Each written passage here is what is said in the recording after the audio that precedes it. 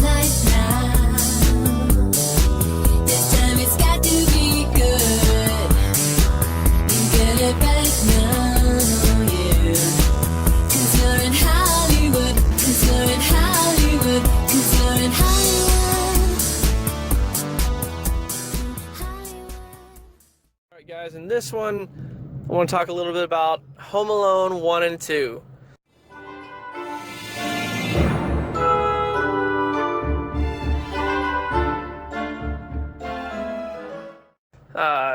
You know, these movies are childhood classics. I mean, they made, what, 3, 4, 5... They made like 3 more of these, but they're all garbage, and if you watch them, then it'll just really bum you out, because it sucks.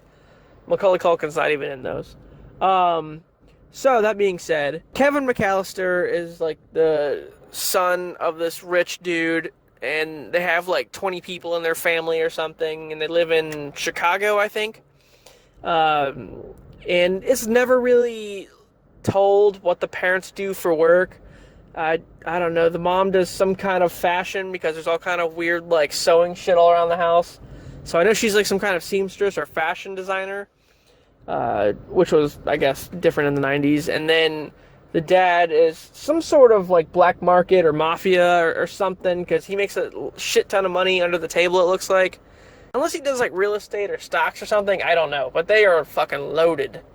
I think the brother in New York has his hands tied into some dirty shit. I don't know. Anyway, so they all want to go on this vacation to France because the uncle's a prima donna and wants to go somewhere lavish, you know. So they wake up late because they're never prepared for shit and miss the plane. Almost. They're like frantically running around their house. You know that scene? So that, and then they leave Kevin's ass at home, and he doesn't even make it to the fucking airport because some neighbor kid walks over like an asshole, and when they do a head count, they count him instead. So Kevin's left alone.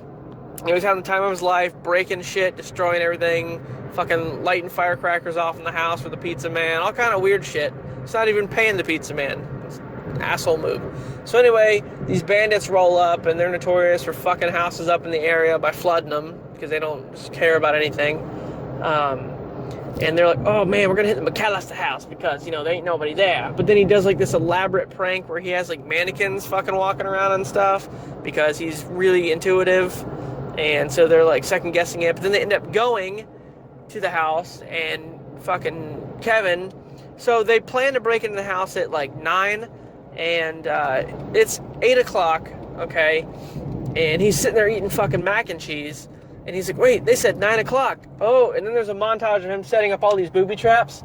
You're telling me they're gonna break in at 9? They're probably already lingering on the premises, and he has an hour to set up all these elaborate ass booby traps. He's like stapling blowtorches to cabinets, putting tar on the stairs in the basement, and he's like hooking like all kind of shit up.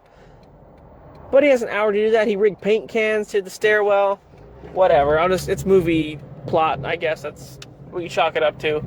So anyway, they go through all these elaborate pranks and shit, trying to get to him and get fucked up pretty bad. And it ends up where they're on like this little like zip line out to the clubhouse, and he cuts that. And I don't know how they didn't break any damn bones falling there, but whatever.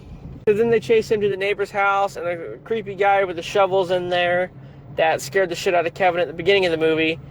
And he actually helps Kevin and beats the shit out of these guys with a shovel. And then the cops come and pick up the wet bandits. And then the family comes home, none the wiser, because apparently the house is just immaculate clean the next morning. He has time to clean up all these fucking pranks after being traumatized by these burglars. So then, after all of that fuckery, a year later, this time the family wants to vacation to Florida because all they do is vacation all the time for Christmas. And la-di-da, this time they bring Kevin with them. Wow, good parents. But they leave his ass at the airport and he goes to New York. So they almost had it right in this one. I mean, the family almost were like decent, but then they fucking left him in the airport to follow some sketchy dude in a trench coat because he's looking for batteries for his talk boy. I think, what was on that thing called a talk boy? Yeah, I used to have one of those. So he goes to New York and, you know, living it up again. He's got all of his dad's cards and shit. He's tricking Tom Curry and Rob Schneider and stuff into thinking his dad's there. So he's living in this lavish hotel room, you know, watching that same fucking movie, scaring the shit out of this guy, whatever you call that, the attendant guy. Room service, I guess? Yeah, room service. So he's scaring the hell out of the room service guys and stuff. Till he gets found out, and they're like, oh, this isn't really him. And then they chase him out of there. Which is not a good move, because then he runs back into the damn wet bandits. Now they're the sticky bandits. Because now their thing is to, I don't know, steal money and out of cash registers with sticky gloves or something. I don't know. So they decide to rob this toy store, and then Kevin gets like all in good with like the owner of the toy store, and like it's like a little heartfelt moment. Aw. And then so they go to do that, and then he outs them by throwing a brick through the window, and then they're like, you son of a bitch. And then, you know, and then they chase him through New York, and he ends up at his uncle's house, which is like some renovated like townhome or something, where there's like no floors or anything. It's fucking ridiculous looking. So he, again, this time has a shorter time span to set up booby traps. They're literally on his ass following him, and somehow he sets up all these booby traps within like that time frame. So they get in the house, and a bunch of fuckery takes place again, you know. This time, instead of paint cans, there's like a huge fucking metal bar that should have killed them, knocked them down 3 flights of stairs. You know, one of them gets hit in the face with a fucking bag of cement, should have broke his neck, and gets electrocuted. This guy puts his head in kerosene, dunks it in the toilet, blows him up. Should have been like a Harvey Dent scenario. I don't know, man. They're just fine afterward. They just walk away. So all this fuckery happens to them, and then this time they get chased into the woods, or it's like some kind of park, and there's some bird lady that Kevin befriends, kind of like the sketchy old dude in the other one. This is that movie's equivalent. It's like a sketchy bird lady, and she throws bird seed all over them because they're all covered with like various like sticky shit. And then they get attacked by birds, and then the police get them. And then yada yada, same thing. Meets back up with the parents, like nothing happened. But then they yell at him for like having a gigantic bill. And like, what?